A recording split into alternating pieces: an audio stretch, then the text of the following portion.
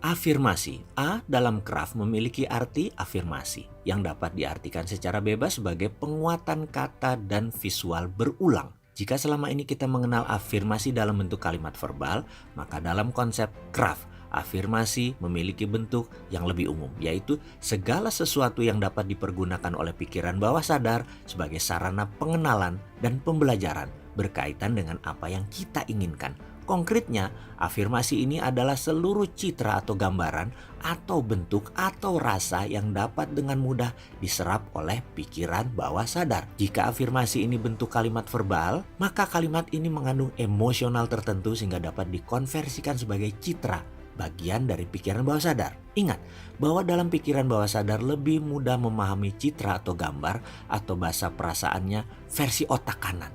Afirmasi bisa beragam bentuk seperti gambar, foto, suara yang tentunya harus berkaitan dengan hal-hal yang kita ingin capai yang bersifat membawa emosi atau bahasa lainnya mempunyai anchoring effect.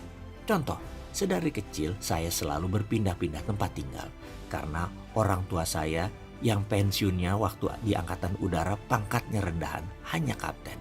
Dan karena itu kami selalu berpindah tugas. Suatu hari dalam kehidupan saya tinggal di Sumatera Selatan. 6 tahun di sana, yaitu periode TK sampai SD. Di Sumatera Selatan pun masih pindah-pindah kota. Ada Prabu Muli, Lirik, Pendopo, juga daerah Ulu di Palembang. Ulu itu sisi miskinnya Palembang, Ilir adalah sisi kayanya kala itu. Ada kebiasaan aneh saya di sana. Entah kenapa saya jatuh cinta pada sebuah gedung berwarna putih.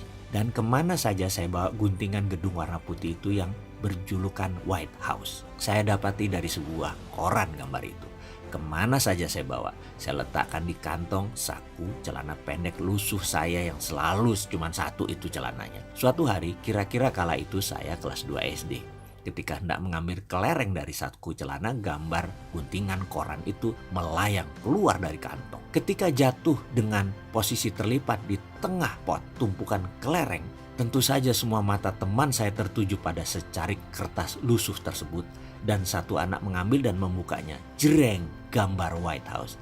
Mereka saling lihat dan bingung menatap gambar ini. Satu anak komentar, "Apa nih?" Saya jawab, "Aku nak sekolah di sana." Anak itu menjawab, "Amerika, mak mano, wong dusun gitu." "Ah kau," saya ambil kertas itu dan saya berkata dalam hati, "Lihat saja, boleh miskin tapi cita-cita sekolah ke Amerika pasti." Singkat cerita saya pun tak bagaimana caranya akhirnya 6 tahun berada di negeri Paman Sam, sekolah di sana. Oke, itu hanya contoh afirmasi pengalaman saya.